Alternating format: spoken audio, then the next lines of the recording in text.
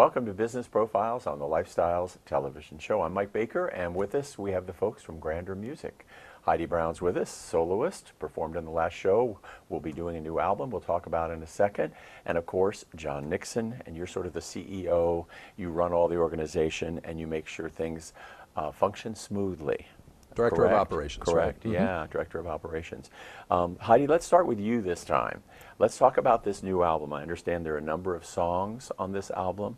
One about love. Yes. One about new challenges, and one about frustration. Yes. Nobody experiences frustration in life, so I can't even imagine why we need to do a song like that. But tell us about the album and the songs. Yeah, so it's kind of just a mix of songs that go through a wide variety of emotions that I think will relate to everybody's lives, no matter how old they are or what stage of life they're in. There's a song or two about being in love. There's a song about being in love and having to, work on being in love and being there for each other. There's a song about being frustrated and not really knowing what you want to do in your life, or kind of trying to figure out what the next step in your life would be. There's a song about change and how you can be excited about making changes in your life. And so it really just applies to a lot of different people and a lot of different circumstances. So now, who's doing this music? Of course, now, all the music for Grander Music is, of course, original. Yes. Who wrote these songs? So these songs were written by Don Halterman. He's incredibly talented, and we been working on recording in his studio. Mm-hmm. And that album's coming out soon? Yes. Okay, wonderful. And that will help contribute to the betterment of the organization, raise funds so that you can mount the next major production, correct? Correct. Okay. We're looking at producing albums for each one of our singers that we have, that we're going to have under contract.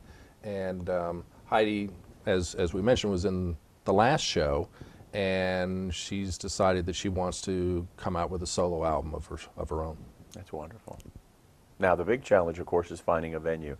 What has been the stumbling block? So if anybody's watching right now and you have a professional theatrical venue that this organization could book, then you can get the information at the bottom of the screen sometime during this interview. But what's the major challenge? What are you looking for all the folks out there, the businesses that might be watching right now? So we're looking for a venue that kind of provides a little bit of ambiance. We performed recently at the State Theater, which provided an excellent ambiance, kind of a bistro type of ambiance.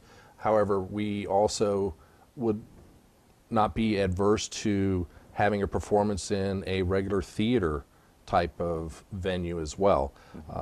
The biggest stumbling block right now that we've had is just getting responses back from the venues. Okay, what would be that stumbling block?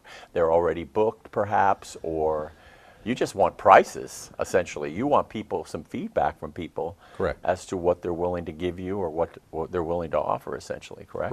Right.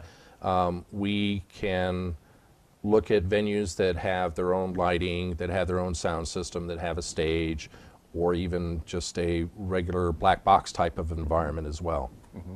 That's interesting. The State Theater, there were no challenges there. It had everything, didn't it? There were challenges, but we overcame those, and we were able to put on a very good production, I think. And it was amazing from what I understand. But that's a very booked facility. Trying to shoehorn your way into that facility is difficult because they're booked almost every night. Correct, and they have added a number of acts since then as well. So we're looking for a similar type of venue, or even a venue that will accommodate probably around 200, 250 people. Okay, John Nixon with Grander Music. Call him today, or email him, or even text him and tell him you got a venue for him. So Heidi, why did you decide to become a soloist now? You saw a little bit of the Grander Music picture, and now you've decided to branch out. Why? Yeah, so I just wanted to do something totally different than what I usually do. I'm a high school social studies teacher, so I've kind of put music on the back burner for a long time, and now I feel like I'm at the point in my life where I'm ready to do that and to really try to reach out to people using music and hope that my message can help some other people out there. You know what's so ironic? Teaching social studies, I'm sure you've seen this. History repeats itself. Oh, yeah. Over and over. our founding fathers probably sat in some pub somewhere and they talked about perhaps one of their loves. They talked about perhaps the next great challenge that was before them. And they also talked about the frustration that comes with having to draft a document. You realize that those same three things that are on your album are the same challenges that existed centuries ago. Yes. I mean, that's amazing, isn't it? Yes. And we never seem to learn, do we? Human nature, I guess. Yeah, so much, there's more forgotten in a given day than probably is remembered in a whole month. Very true. Yeah, because basically they say within a week or two, something, if you haven't taken notes, you've forgotten 80% of what you learned in school.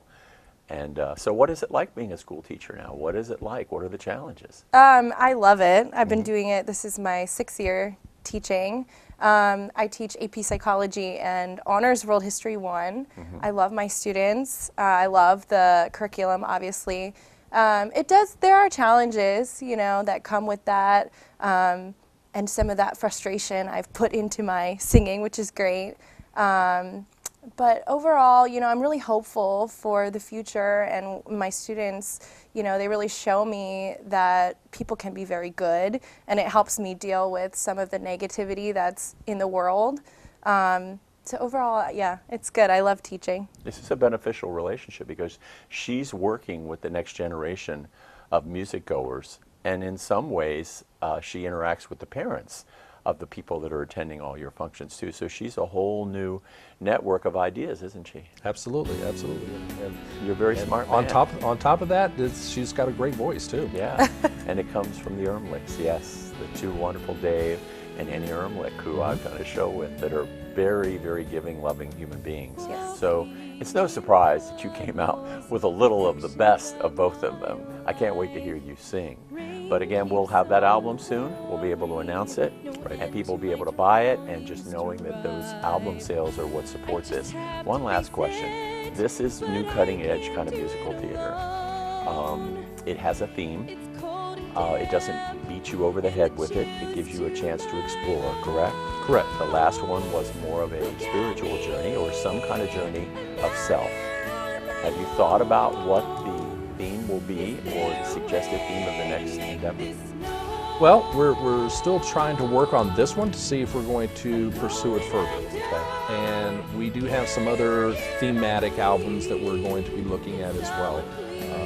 We're looking at a Destinations album for one of our singers, and maybe another thematic album for Heidi, and as well as some of the other singers as well. You all are just churning it out.